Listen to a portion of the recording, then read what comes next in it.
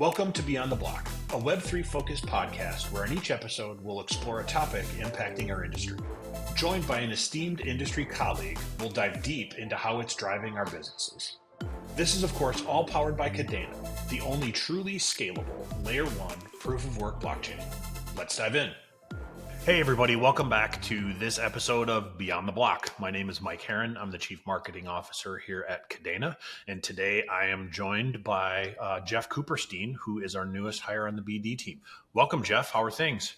Things are great, Mike. I really appreciate the opportunity to talk today, and I am super excited to have joined Cadena. I look forward to working with you and the entire organization to help us reach our growth potential. That's great. No, we're thrilled to have you here. So traditionally, when somebody comes on board, an important part of our organization, like yourself, right? Obviously, heading up partnerships on the business development side. We like to sort of roll you out, right? We like to introduce you to the community. We like to have these fun conversations. So I'm going to start it off with the easiest one I can possibly ask. Who is Jeff Cooperstein? What is your background? Sure. Great question. I'll tell you this. I am a geek at heart. Now, for those folks who are listening who are really geeks and coders and all that, no, I'm not one of them.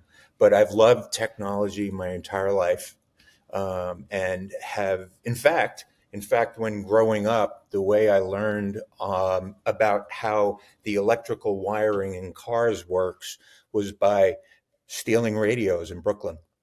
Yeah.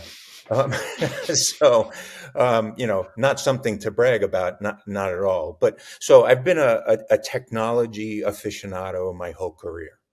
And, after college, I got hired by NASA. So I do get to tell people I'm truly a rocket scientist. You are a rocket scientist. I love it. But that was a short-lived path, because I quickly realized that in order to become an astronaut, you needed not to be 6'4". You needed to have a PhD, which I didn't have. So I elected then to follow the financial route. And I moved over to Wall Street, and I started working for a company called Rich, which was acquired by Reuters. And what they did was they built trading floors. They were a technology company, a fintech, if you will, before fintech was a word, a technology company that built out trading positions to make it easier for traders to access the information that was being sent to them on a regular basis. Rich got bought by Reuters, and my career progressed from sort of project manager to system engineer. And what I realized was, as I was going through that process, was that I most enjoyed actually working with the client, actually listening to them, trying to figure out what it was that they needed. And so the rest of my career up until today has been spent bridging the gap between the technology side and the business side.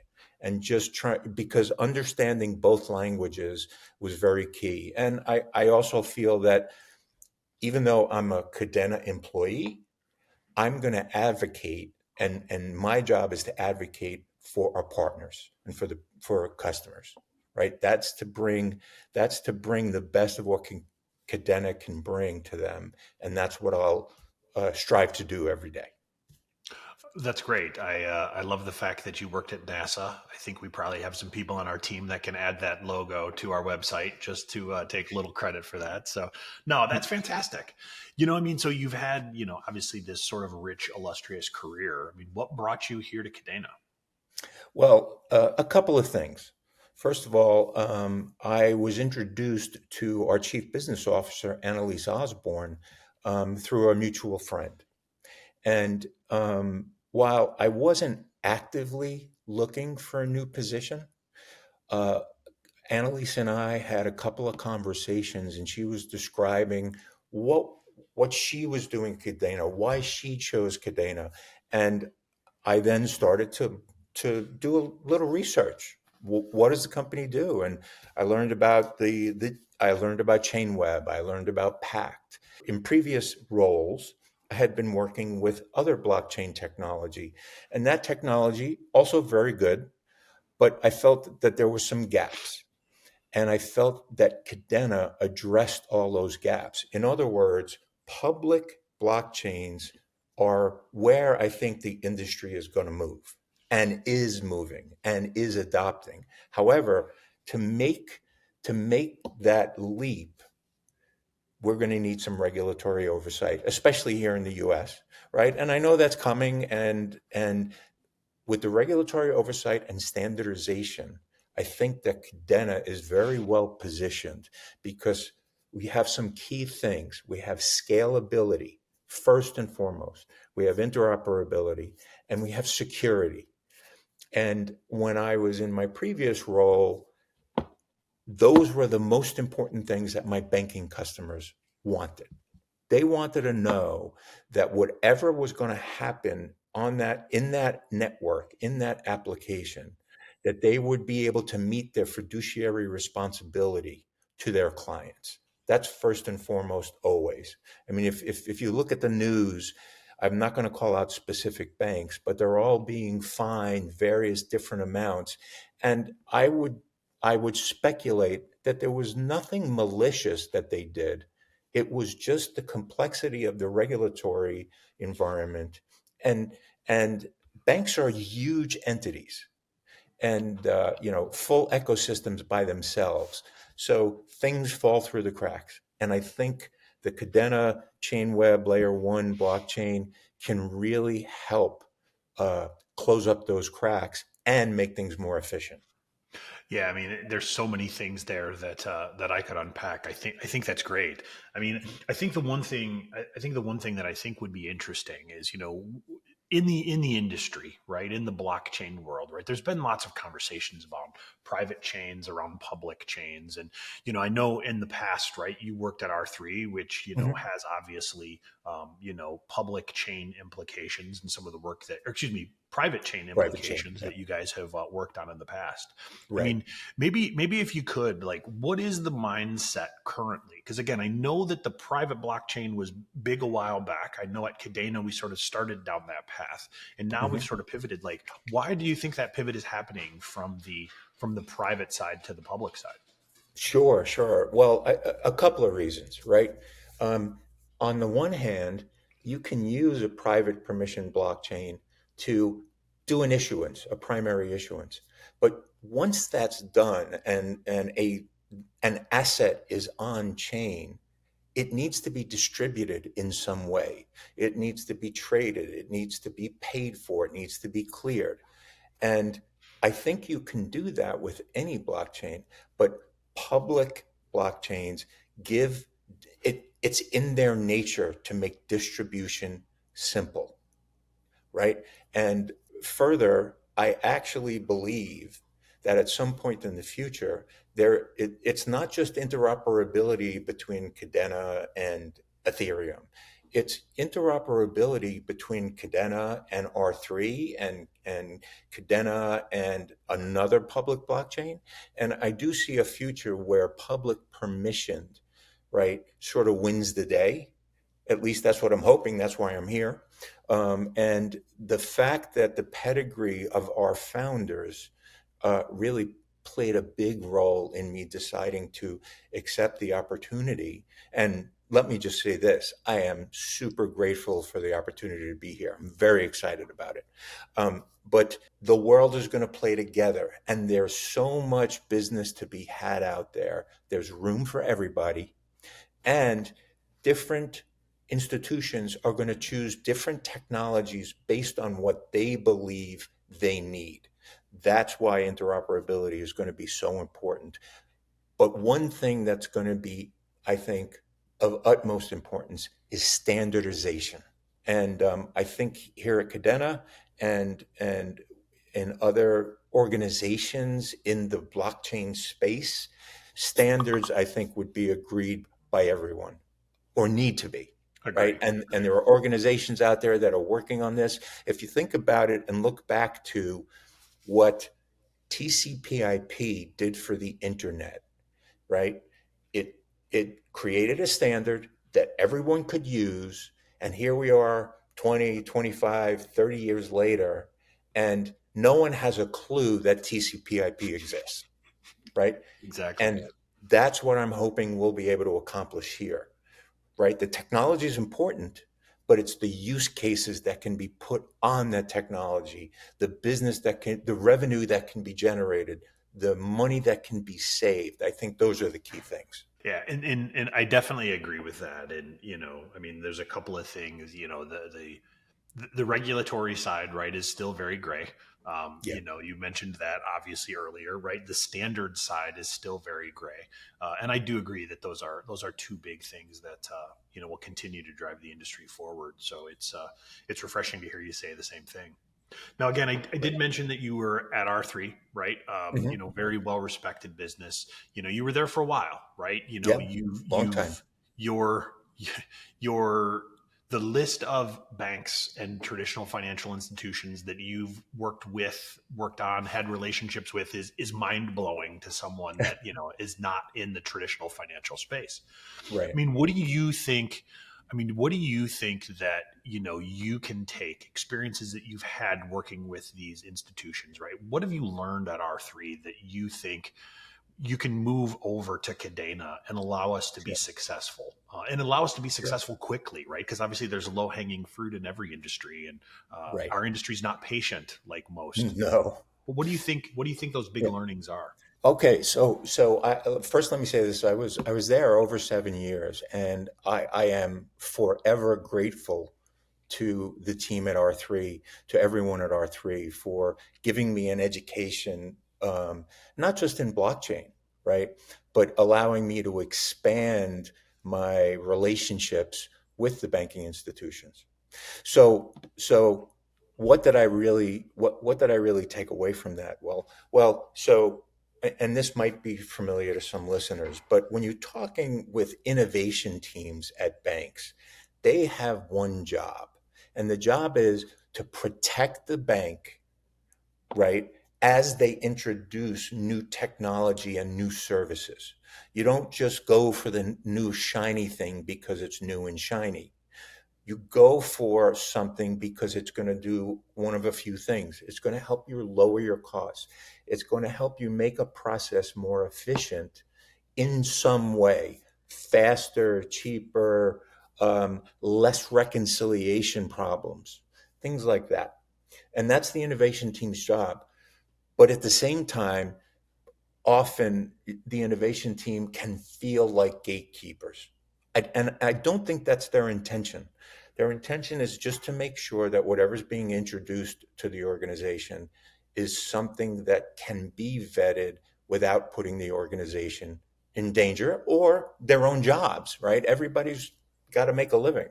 Um, but what I will say is I learned that in those cases, EQ, emotional, really understanding from their point of view what their challenges are is number one. And then by working within those parameters, then that you build up a relationship of trust so that when you call up the team and say, hey, I want to give you an update on the latest and greatest, I want to show you what we're doing now, you're not calling them to sell them something. You're focusing on education, right? You're focusing on here's what we now have, and some of this was driven by the requirements that you gave us, right? And so education, education, education with these teams builds that trust, and ultimately, while it's kind of funny, right? The blockchain world is a trustless world, but when working with customers, it's all about the trust, right?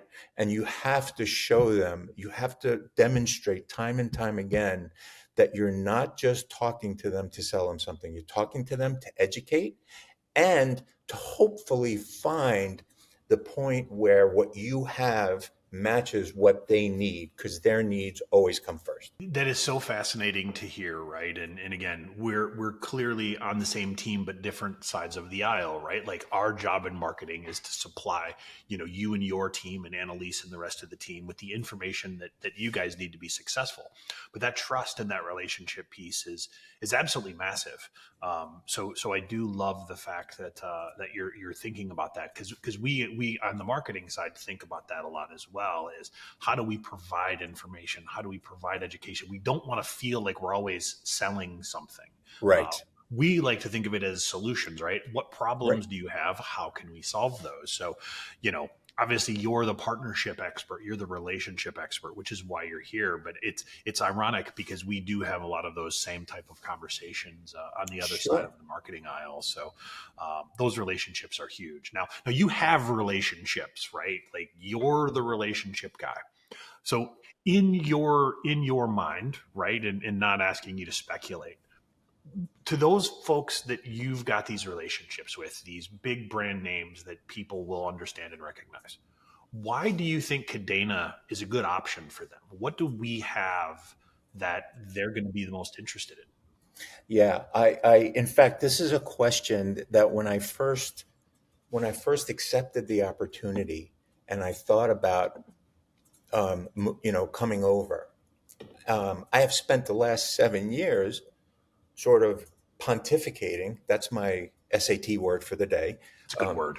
Yeah, pontificating on the benefits of private permission. Over the 7 years, we went from a situation where crypto bad, private good, and never the twain shall meet, to a world where no, that's not going to work. What's going to work is a combination, a working together, a partnership.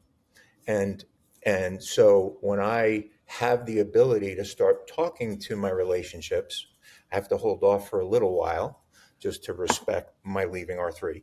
Of course. At that point, what we're going to talk about is, hey, you've done this, you've built this, and it gave you the security and it gave you the privacy. Now let me show you the other side. Let me show you how they can work together. Let me show you how you can now expand it to your customer base in a very efficient way. So my plan, and I'm sure, further conversation with Annalise and the team, and as I get to learn in Cadena, because I'm new to the firm and I have a lot to learn, and every day is an exciting day in learning new stuff, is going to be how we combine with what I was working with you on in the past with the new, and what those benefits will be. Right now, today, I can start to talk about those benefits, but I know in the coming months, as I get more familiar with Cadena's technology and what we're doing, I'll be much more comfortable sort of doing the Venn diagram of where those pieces overlap and work well together. Makes perfect sense. If we can, let's pivot for just a quick second. Sure. We inside Cadena and externally to our community, right? We talk a lot about real world assets. We talk about tokenization. We talk about lending, right? We talk about all of these sort of buzzwords, and to a lot of folks, right? They really are buzzwords. Yeah. I mean, from your experience, right? How does that buzzword world of RWAs, tokenization, lending, how does that play into blockchain? How do banks think about those types of things? How do traditional financial institutions view those things? And why is it so important to them? Yeah. I think there's a couple of reasons why. First is I'm going to use an acronym, FOMO, right? The fear of missing out. And what's happening is their clients, the banking clients, are coming to them and saying, I want to own this crypto, but I want you to hold it for me, or I want you to process it for me because I have X amount of money in your institution and I trust you, and we've got a good relationship. So one is client demand, and that client demand over the last 3-4 years has grown dramatically. And you can see that in the industry, the amount of stablecoin activity has gone up tremendously. The acceptance of a bank's own coin, if you will, is starting to show at various different places. I mean, our founders came from J.P. Morgan, and J.P. Morgan coin is the leader in this and what they've been able to achieve. Well, every other bank, whether they will admit it or not, is saying to themselves, if we don't understand what's going on here, we really risk losing our customer base. And I'm not just talking about retail customers. I'm talking about their wholesale customers, right? And what I saw with all of my banking customers in the past is that educate, educate, educate. I know I'm repeating myself here, but the reason for that is, like you said, there's a lot of acronyms, a lot of Yeah. buzzwords.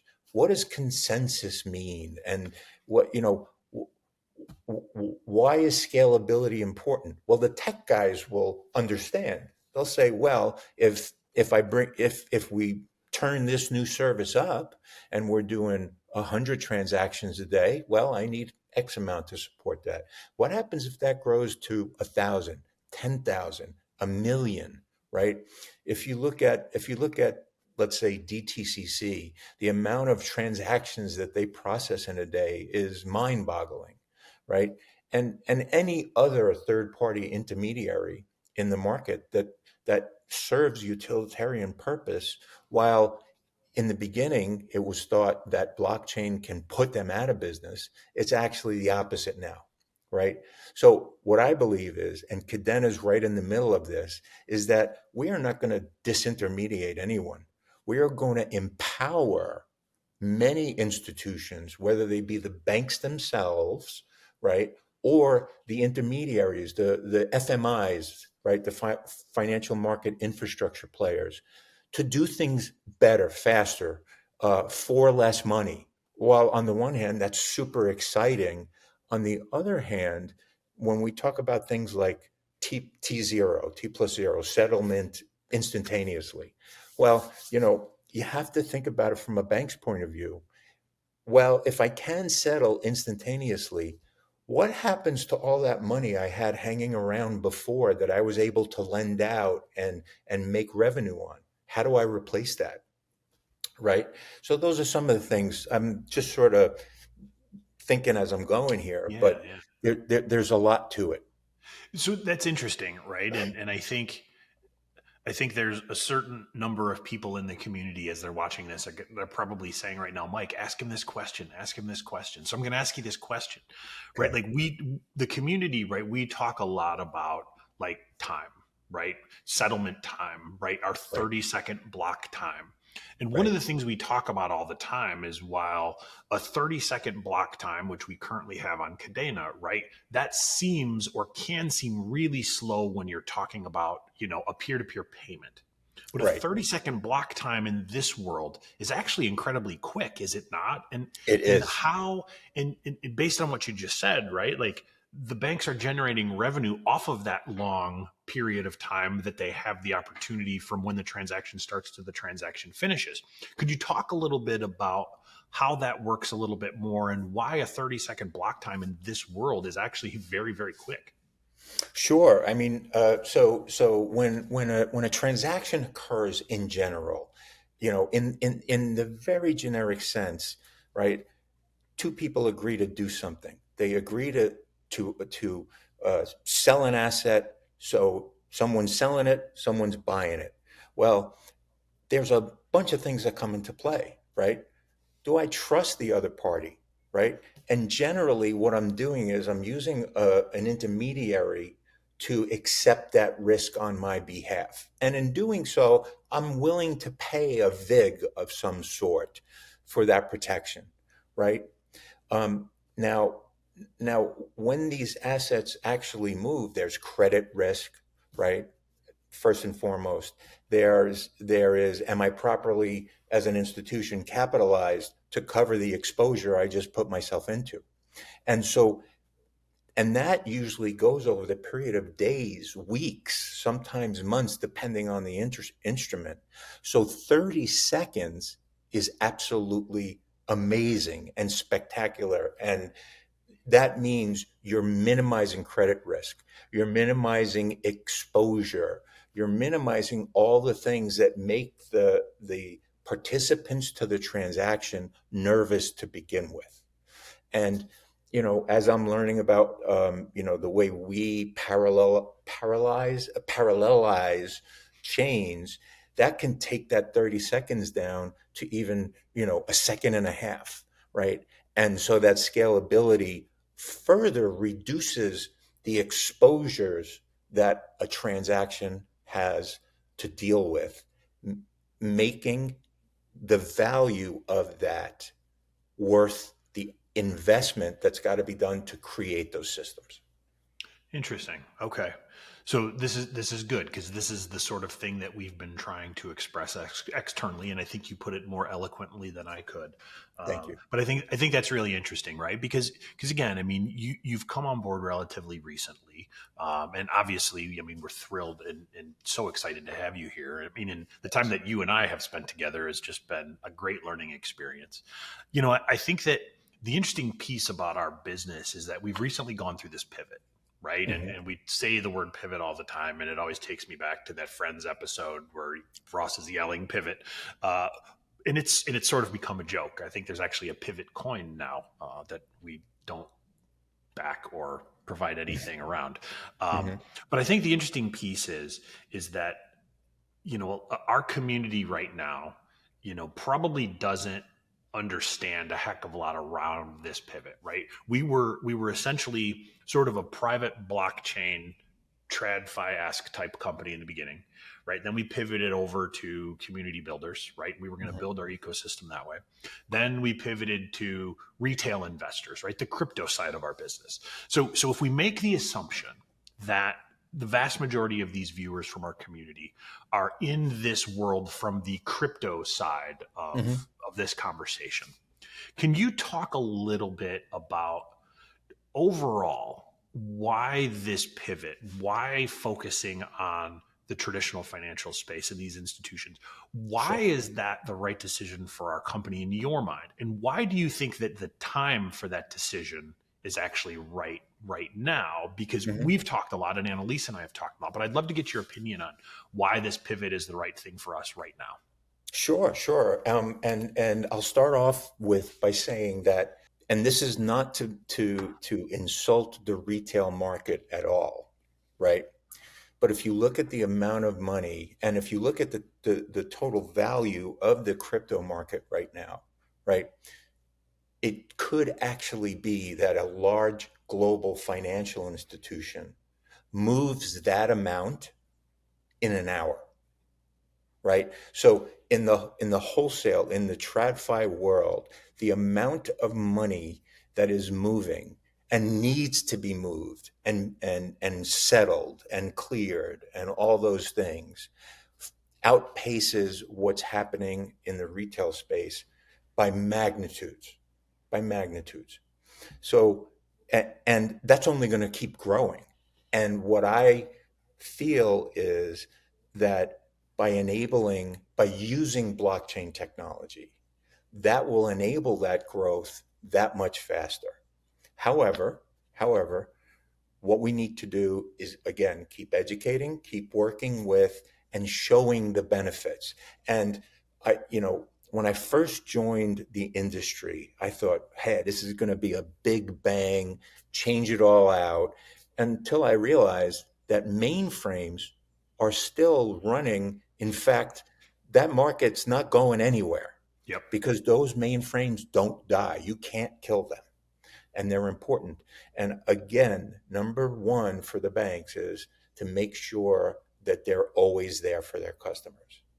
So you have the volume of money that's moving through the banking system and the financial system. By making it more efficient, you're going to do a couple of things. You're going to make it cost less for the end consumer. And in this case, the end consumer is a another wholesale institution, a corporate, or someone like that, or other banks. Ultimately, the the workflow of all this money that's moving, and I'm not quoting a specific number because I really don't know it off the top of my head. All this money that's moving is moving as efficiently as possible so that customers pay less for the services or get more for what they're already paying, right? Unlike shrinkflation with like food and such, right? You Yes, don't yep, charge anymore, but you just make the can smaller, yep. right? What we're trying to do is give the wholesale world the ability to give more as it costs them less to do. With it's going to take a little bit of investment and a little bit of work, but I think that the POC days are not completely behind us, but customers want to see, I want this application to do this for this ecosystem of users, and I want it to be done in 3, 6, 9 months tops, right? No more of these 2, 3 year experiments. Mhm.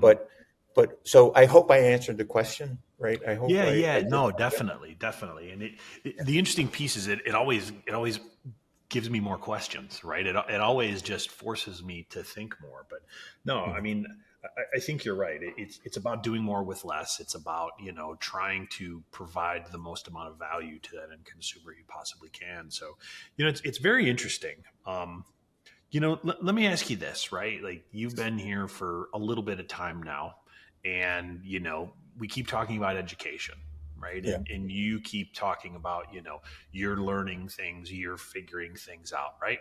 right. Jeff Cooperstein's a really, really smart guy, right? And you've got this crystal ball. What Right. do you think, right? What do you think is in the cards for us 6 months down the road from now? Where do you see the work that you're doing 6 months Mhm. down the road, and how do you see that impacting our business today? Sure. Well, number one, I'm excited about it, right? Number two, in the blockchain world, 6 months is almost a generation, right? And what I've learned of Cadena so far, and especially in conversations with Annalise, will be, what I see coming is a clearer message, right? Laying out exactly how Cadena is going to help the that bridge between the DeFi world and the TradFi world, how we're going to help it happen, and what we're going to do. Now, that message is being crafted right now. But more importantly, what we're going to do when we go out, I believe, and I think Annalise will agree with this, is we're going to get the feedback from the customers. The last thing we want to do is build something in a vacuum. It is imperative that we get feedback from customers every step along the way, so that what's being put together and what ultimately gets produced and then iterated on is what the customers need to do their daily business. Because if it doesn't give them what they need, it doesn't matter how cool the technology is, right? Someone with ADD, right? That next silver shiny thing gets your attention, but in this case, we have to keep our focus, and that focus is listening to our customers. And time again, I'm going to become like a broken record. Educate, feedback, educate, feedback, educate, feedback, because then I can take that back, and at least the BD team can take that back to you, to engineering, to core engineering, and give the feedback, and so that they're not building in a vacuum. I think that is the Yeah. key. No, I love that. Somebody had asked the question, I think it was on Discord this morning. And, I'll paraphrase obviously, but it's like, when we're talking to these traditional financial institutions, are they interested in this product we have? Are they interested in this product we have? Are they interested in this product they have? And my response was, they don't care about any of that stuff, right? Right. They want to think about what's next. They want the custom solution for them, because their Correct. needs are going to be different from somebody else's.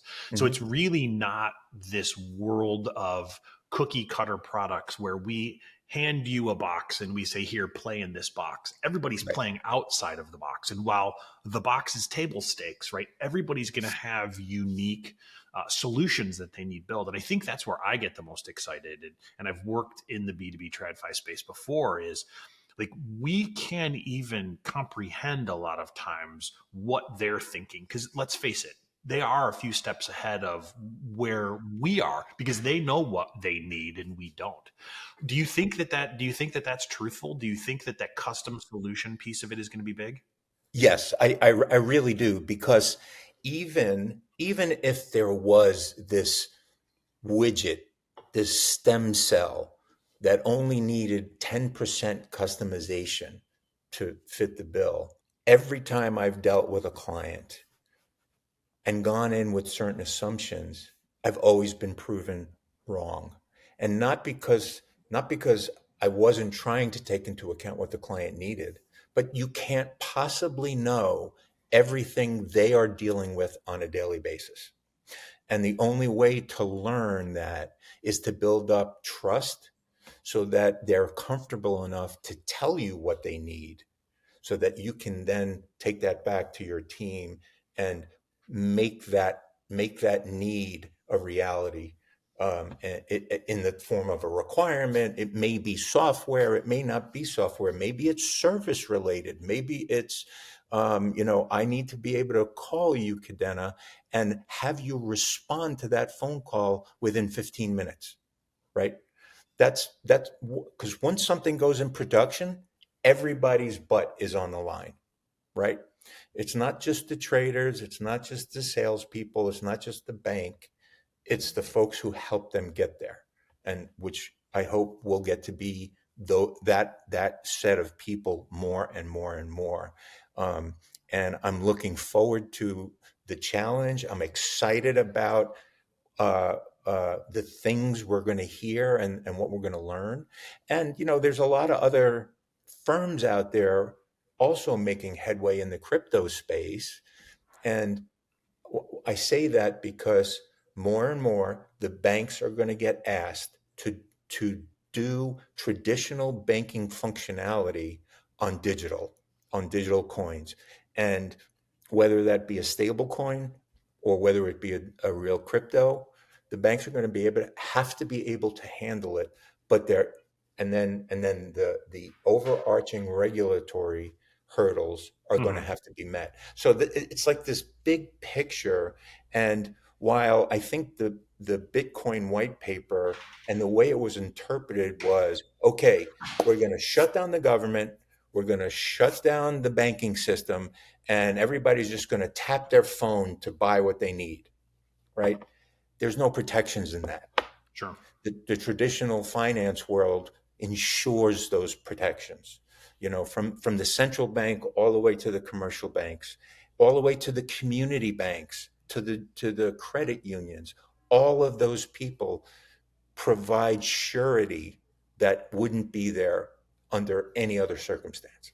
So, It's very interesting. I mean, not to sidetrack, but I mean, I love this space just for those reasons, right? Like yeah, we make a lot of assumptions, right? But like, I mean, we really are trying to change an old analog system into a right. new fangled digital system. I just think that's super cool. So, It really what is.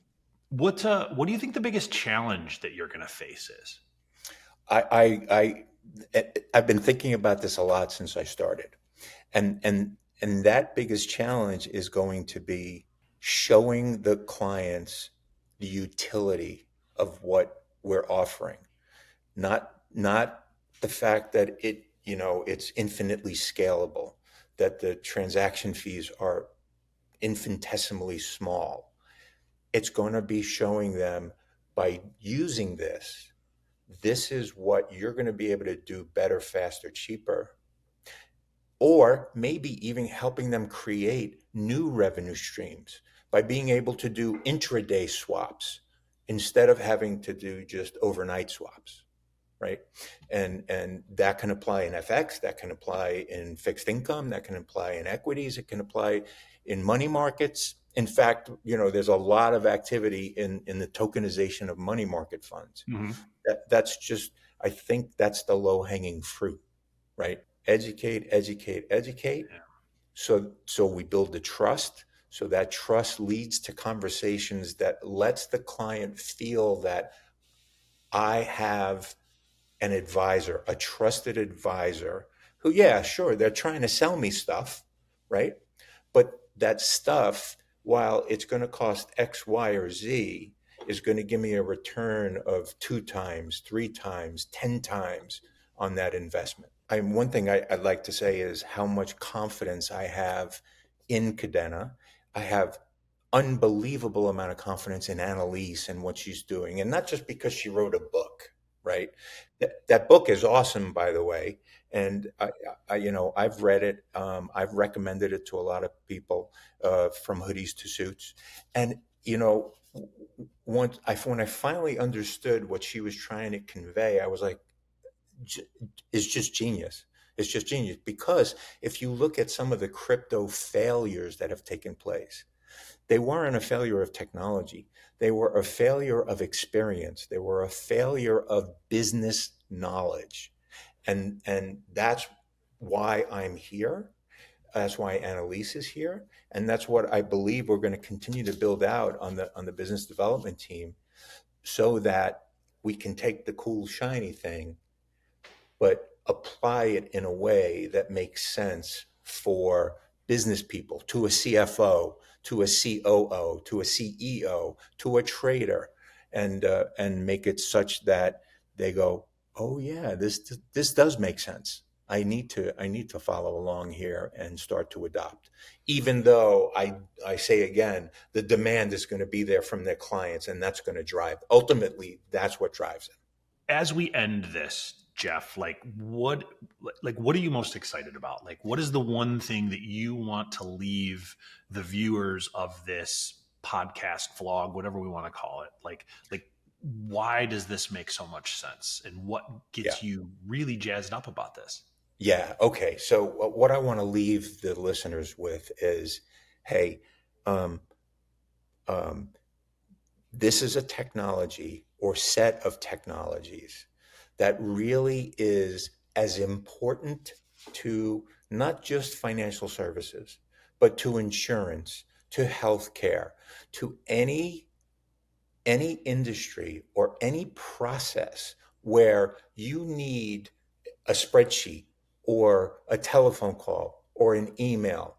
You're eliminating all of that, speeding up the process.